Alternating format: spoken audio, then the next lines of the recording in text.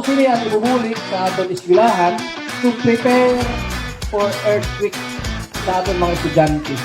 Today, we participate, kitang matanan, in the National Simultaneous Earthquake Drill.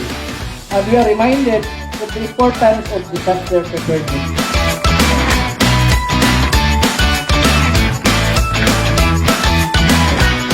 We, the DILG, as the Vice Chair of Preparedness, have been calling this important exercise also of LGUs province-wide and even nationwide. Earthquakes can strike without warning, and being prepared to save our lives.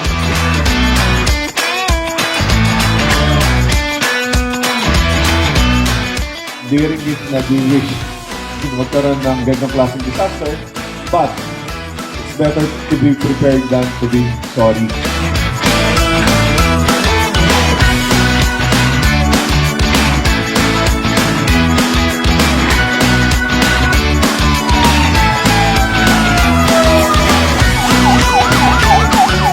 So again, on behalf of the Provincial Disaster Risk Reduction Management Council led by our chairman, Governor Edwin Ongsuan, we would like to extend our appreciation, our thank you sa iyong matanan.